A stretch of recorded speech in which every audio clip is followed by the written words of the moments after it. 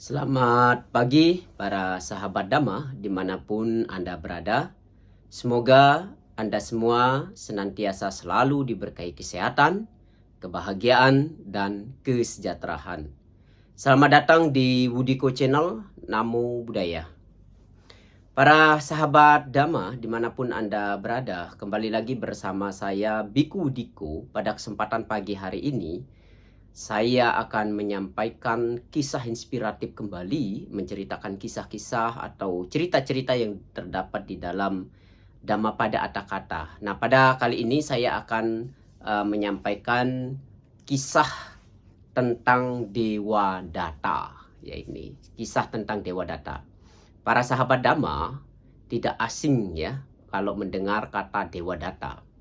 Biku Dewa Datta ini merupakan satu tokoh yang sangat terkenal ya, di mana di dalam kisah-kisah baik itu dalam sutta ya, dalam winaya, Biku Dewa Datta ini banyak sekali diceritakan ya, karena Biku Dewa Datta ini juga merupakan tokoh sentral ya di dalam kehidupan Pangeran Siddhartha Gautama hingga sampai beliau mencapai Buddha atau menjadi orang suci.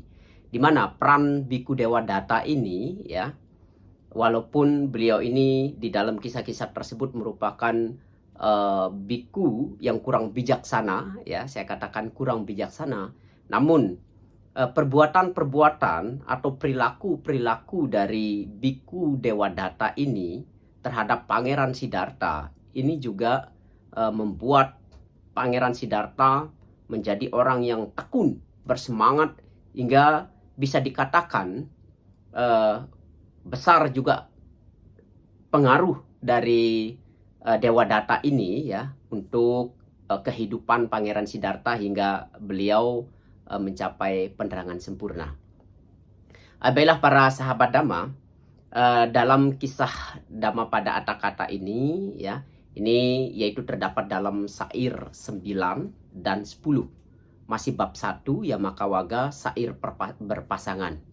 Jadi saya harapkan kepada para sahabat Dhamma untuk senantiasa mengikuti dan menonton video ini sampai tuntas ya, sampai selesai, sehingga nanti tidak timbul kesalahpahaman di dalam mencerna dari cerita apa yang saya sampaikan ini. Jadi diharapkan para sahabat untuk mengikutinya terus ya sampai selesai ya. Para sahabat yang terkasih di dalam Dhamma ya, awal ceritanya di mana pada suatu ketika kedua murid utama Sang Buddha, yaitu yang Arya Sariputta dan yang Arya Mahamoggallana, pergi dari Sawati menuju Rajagaha. Di sana, orang-orang Rajagaha mengundang mereka bersama 1000 pengikut mereka untuk menerima dana makan di pagi hari. Ya. Mengundang Biku Sariputta dan Mahamoggallana beserta 1000 murid beliau untuk menerima dana makan pagi. Nah, pada kesempatan itu ya, seseorang menyerahkan selembar kain seharga 100.000 kepada penyelenggara upacara untuk didanakan. Nah, kain ini kalau zaman Buddha dulu ya, apalagi untuk membuat jubah itu sangat berharga sekali. Bahkan satu lembar harga 100.000 itu mungkin kalau sekarang itu udah berapa puluhan juta hitungannya ya. Karena dulu untuk mendapatkan sebuah kain untuk menjadikan jubah itu sangat sulit sekali ya. Nah, dia mengharapkan mereka ini, si pendananya ini mengharapkan mereka mengatur dan menggunakan pemberiannya itu untuk upacara yang diadakan pada saat itu ketika waktu dana makan tersebut. Ya. Kalau masih terdapat kelebihan, diberikan kepada siapa saja dari para biku yang dianggap layak. Misalnya kalau dari kain itu masih ada kelebihan, bisa diberikan kepada biku yang dianggap layak. Hal itu juga terjadi jika tidak terdapat kekurangan, maka kain tersebut akan diberikan kepada salah satu dari para tera. Ya, maksudnya dari Biku Moggallana, Mahamoggallana ataupun dari Biku Sariputta ya. Karena kedua murid utama mengunjungi Raja Gaha, maksudnya Bante Sariputta dan Bante Mahamoggallana ya, hanya pada saat-saat tertentu, maka kain itu akan diberikan kepada Dewadatta ya, diberikan kepada Biku Dewadatta yang tinggal dan menetap di Raja Gaha. Nah, Dewadatta atau Biku Dewadatta ini tinggal dan menetap di Raja Gaha ya. Dewadatta segera membuat kain itu menjadi jubah-jubah dan dengan bangganya ia memakainya. Kemudian seorang biku yang dapat dipercaya dari Raja Gaha datang ke Sawathi menemui Sang Buddha ya, menemui Sang Buddha dan memberikan penghormatan kepada Sang Buddha. Kemudian biku yang dapat dipercaya tersebut menceritakan kepada Sang Buddha tentang Dewadatta dan jubah yang terbuat dari kain seharga 100.000. Ini 100.000 hitungan dulu ya. Kalau hitungan sekarang ini udah bisa puluhan juta ya.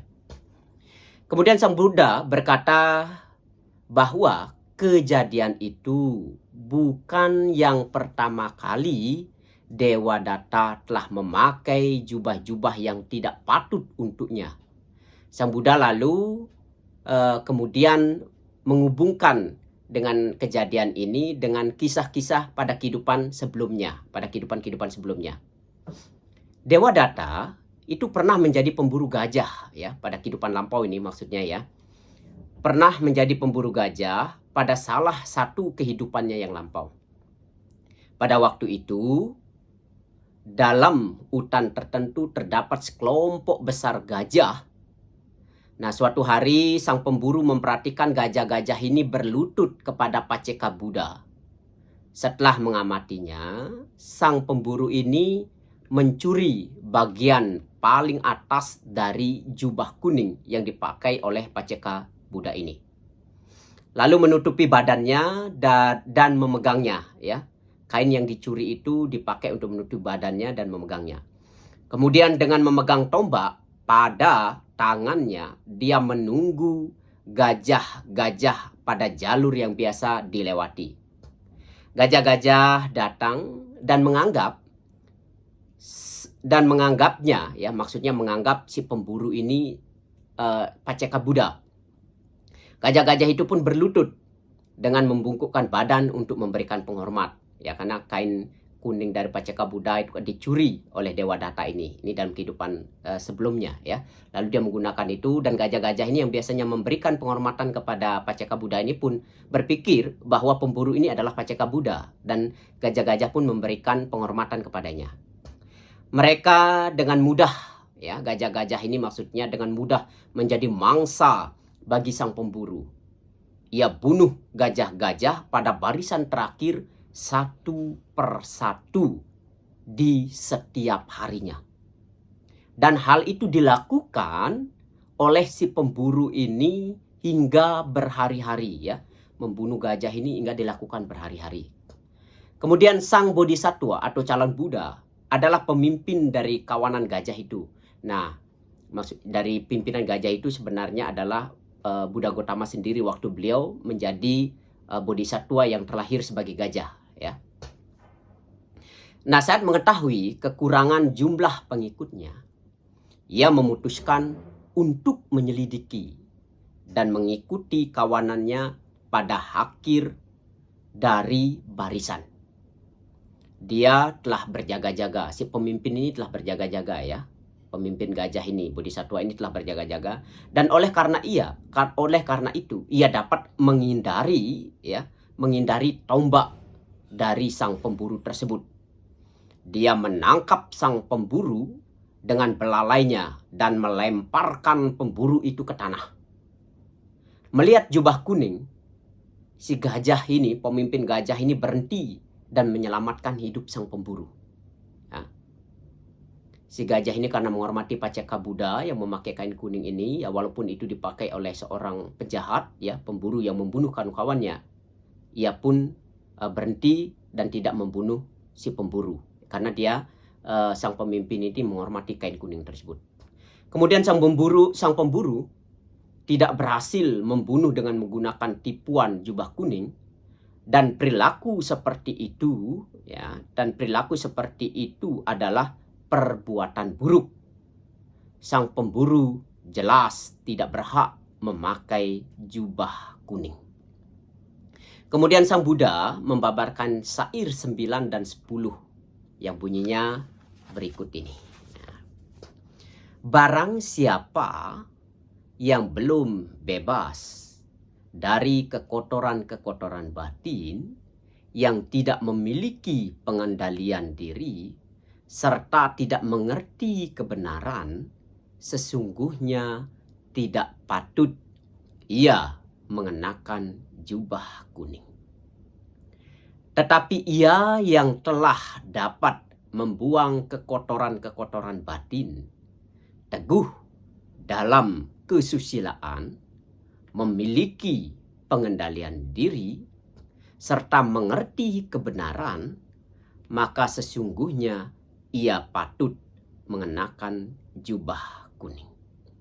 Banyak para biku yang berhasil mencapai tingkat kesucian Sotapati setelah khotbah Dhamma itu berakhir. Jadi para sahabat Dhamma, ya, nilai moralitas apa atau nilai positif apa yang dapat kita ambil dari kisah cerita inspiratif ini, di mana di sini kita diajarkan untuk senantiasa berbuat baik, senantiasa kita untuk berhati-hati, senantiasa kita selalu untuk waspada, ya. Jangan sampai kita hanya untuk kepentingan pribadi kita, bahkan mencuri kain tersebut semata-mata untuk bisa memenuhi kebutuhan kita, yaitu dengan menyamar sebagai Paceka Buddha dan bisa membunuh para buruannya. Jadi para sahabat Dhamma dimanapun Anda berada, jangan mengikuti nilai negatif, ya, di dalam cerita ini, terutama dalam cerita Dewadatta ini. Nilai negatifnya dibuang dan hal-hal positif, ya, yang ada di dalam cerita ini bisa diambil, bisa dipraktekkan di dalam kehidupan sehari-hari, ya. Jadi bagaimanapun kita di dalam kehidupannya ini mesti harus berhati-hati, harus waspada, sehingga kita senantiasa bisa untuk terbebas atau terhindar dari hal-hal buruk, baik itu termasuk pikiran, ucapan, dan perbuatan buruk, ya. Demikian dari kisah cerita inspiratif ini yang dapat saya ceritakan. Nanti untuk lebih jelasnya para sahabat Dhamma bisa juga membaca sendiri, ya, kisah-kisah tentang cerita inspiratif yang terdapat di dalam Dhammapada Atthakatha tersebut, ya. Dan bisa direnungkan makna-makna atau nilai-nilai yang terkandung di dalam cerita tersebut untuk dijadikan sebagai tuntunan, sebagai guru di dalam melakukan tindakan di dalam kehidupan sehari-hari. Baiklah, semoga semua makhluk hidup berbahagia. Sabe Sata Bawantu Sukitata. Namo Buddhaya.